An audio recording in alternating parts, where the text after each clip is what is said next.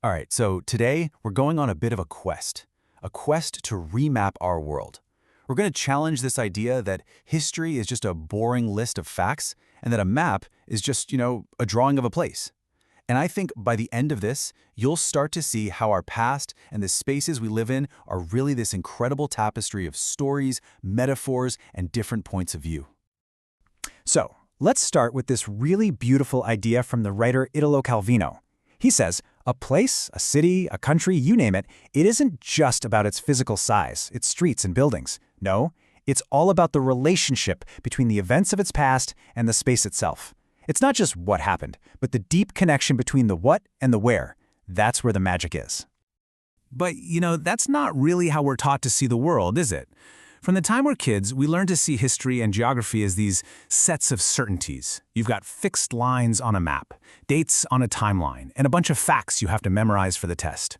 It's all very neat and tidy. And yeah, there's actually a formal name for this whole approach. It's called Positivist History. The basic idea here is that the past is just a big collection of data points. And the historian's job? Well, it's just to find the facts, make sure they're correct, and present them without any spin. Kind of like a scientist recording the results of an experiment. So, what you end up with are statements just like this one. It's factual, it's verifiable, nobody's really going to argue with it, and we just sort of accept this as the complete story. This is what happened, and this is where it happened. But is that really all there is to it? Because what if this clean, orderly version of the world is leaving something huge out? What if, by focusing only on the what and the where, we're actually forgetting the most human parts of the story? The feeling, the chaos, the meaning behind it all. And this brings us to a really crucial question. When we take a complex, messy, emotional event and we boil it all down into one single sterile fact, what gets lost? What essential human truths just vanish in that translation? A historian named Robert Rosenstone ran smack into this exact problem. He was interviewing American veterans of the Spanish Civil War, and he realized they talked about history with a capital H.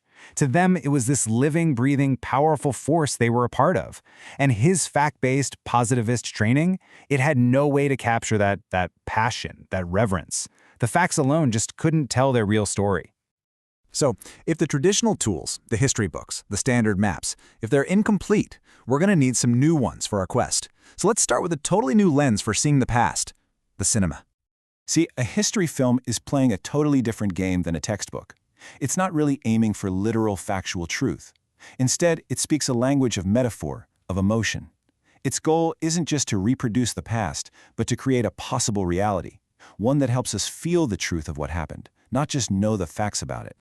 Rosenstone points to this brilliant scene from the movie Glory that just nails this idea.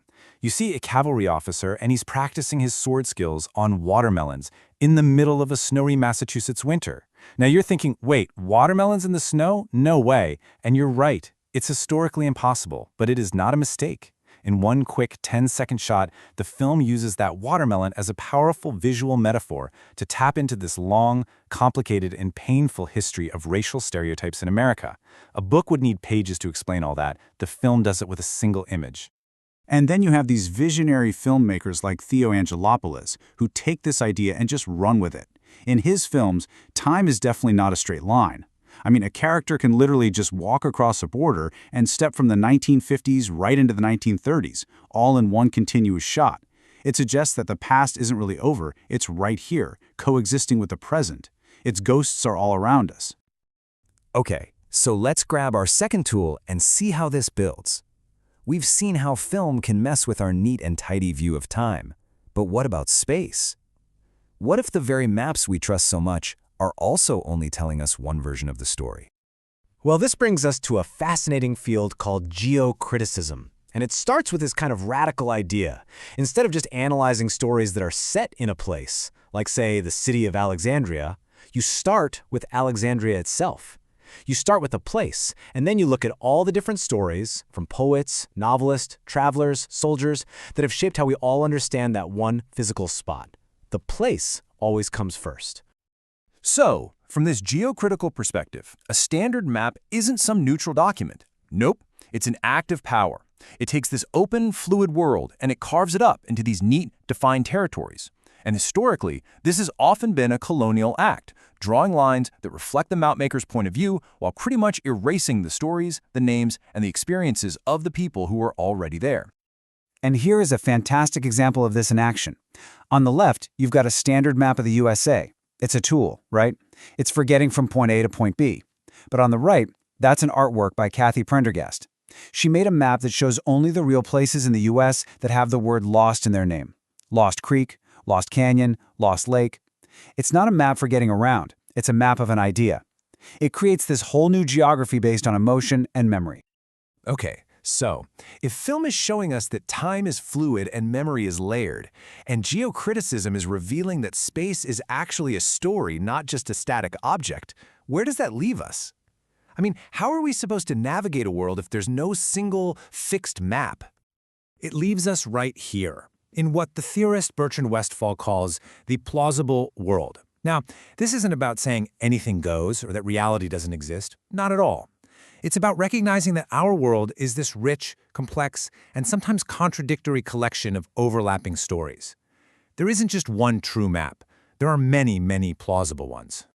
And this gives us a brand new compass for navigating that world. So first, embrace the metaphor. Look for the symbolic truth in stories, not just the literal facts. Think of the watermelons in Glory. Second, really listen to spaces. Every single place has a history and a point of view. And third, and this is a big one, always question the map. Ask yourself, who drew these lines and why? What story isn't being shown here?